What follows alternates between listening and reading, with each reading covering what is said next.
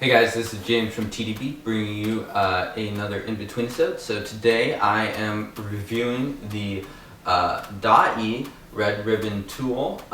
This was in one of Toby's boxes, and it was one of the teas that I think he sold at one point. I'm not sure if it's still available. You'd have to message him. It's from the early 2000s. It has a red ribbon, and so before I've had this tea a couple times.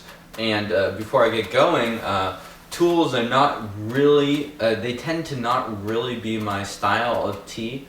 A lot of tools, for those that have had a lot of tea, a lot of factory tea, tend to be processed with a lot of tips. This one is no exception. They tend to be really tippy teas, and they tend to be very compressed as well, which means that like most of which is available is stuff like, you know, very young tools or cheapish 10-year-old ones, and they tend to just not really be what I enjoy about tea. They tend to get bitter or rough pretty quickly, and so I've actually found this one to be fairly good and plenty drinkable by my standards. So I think he sold it for around $42 for 100 grams. Don't totally quote me on that. Which is actually a pretty reasonable price for something, for a good factory tool from the early 2000s. So I guess it's about, 16, 17 years old at this point. It's been stored in Taiwan, and just sniffing the leaves after a couple infusions, it just reminds me a lot of just tasting different teas, a lot of Pu'erhs in Taiwan, and some of the storage. So I would say it's probably natural Taiwanese storage or something like that. The tea has definitely aged. It's not overly wet. There's a lot of sort of like a sweet perfumey scent coming from it. So here is the second infusion and the third infusion.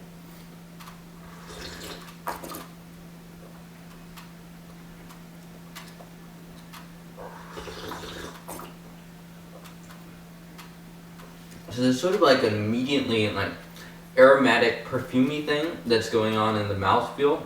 There's definitely a little bit of strength of bitterness that you can feel. It's not overly done, however, which I appreciate. It's a mix of sweet and bitter. I would say the sweetness, I'd say most of the feelings left, like the aftertaste, is sweet. There's not a lot of throatiness. There's more depth to the tea than I think your average tool. Like a lot of tools really get me on the front of my mouth and not much more. This one has a little bit more going on, but it's not like a big, deep, throaty this. There's some returning sweetness as well, getting a little bit of sweetness coming back to the throat.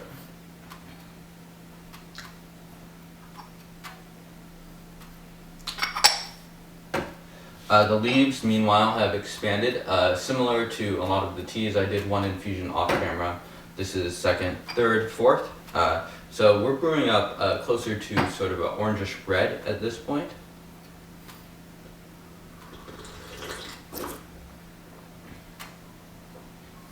Decent body. It's not the thickest tea I've ever had, but I'd say the body is strong. There's sort of like a cocoa floral thing going on. The perfumey aromatic thing is still there. It's dying down a little bit. I've noticed it especially on the early going. Getting sort of a woody taste. The bitterness is still there, so I'm reminded that I need to continue to moderate my steeps.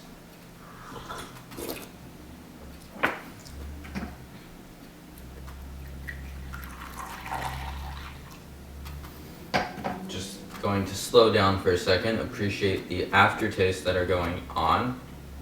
Definitely feel a lot of strength. I can feel my body just warming up, and my cheeks are getting flushed. So there's a lot of strength within this tea. I think it's solid to drink now, and I think it will probably continue to get better.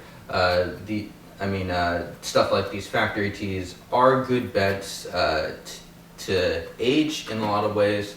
even if they already have a good deal of age to them.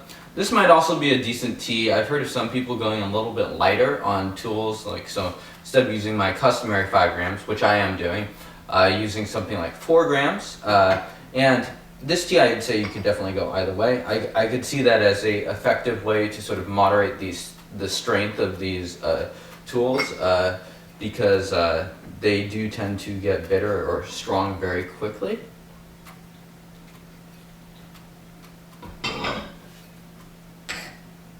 So this one also has a lot of tips, not too much sticks or anything like that. Keep it short-ish. And we're at the point where probably you may need to start extending those steep times just a little bit. My notes say I've gotten about 10 to 12 infusions out of this, and we can also start to see more about the storage. The leaves are starting to turn greener. As you probably saw from the dry leaf shot, that the leaves are quite dark. They've been aged for a while, but they have definitely not aged out all of its strength. So still a lot of the character of the tea is definitely coming through here. Cheers, guys.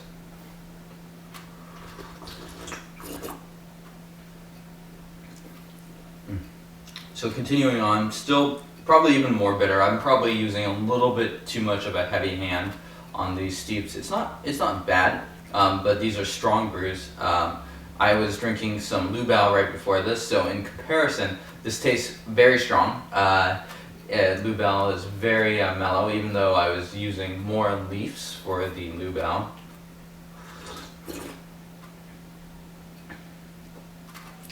Some of those sort of like dry Asian fruits, so like lychees, a little bit of that's coming into the taste.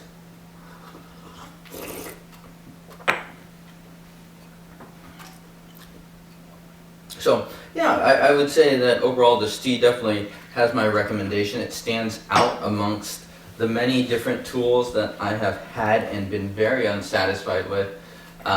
So enough so that I don't really seek out these tools. So thank you to the Cavemanking for sending me this sample. Thank you for Toby for introducing this tea to folks. I think it's a tea that is worth trying for most people, and if you like it, buying it. I think the value seems high compared to what a lot of these young tools that you can get for $5 or $6 go for. But I think this is a tea that, you know, really would have been very tough and rough to drink while young. So you're paying for some of the age here, and so the price might seem steep, but I actually think it's actually quite appropriate. Cheers, guys.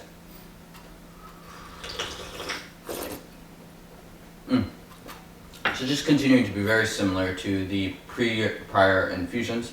And so I think that just about wraps up this Inbetweenisode. So thank you guys for tuning in. Thanks again to the Cavemanking for sending me this. Follow him on Instagram. I think that's probably where he has the most public presence. Really nice guy, so much appreciated as always. And I will see you guys next time. Cheers.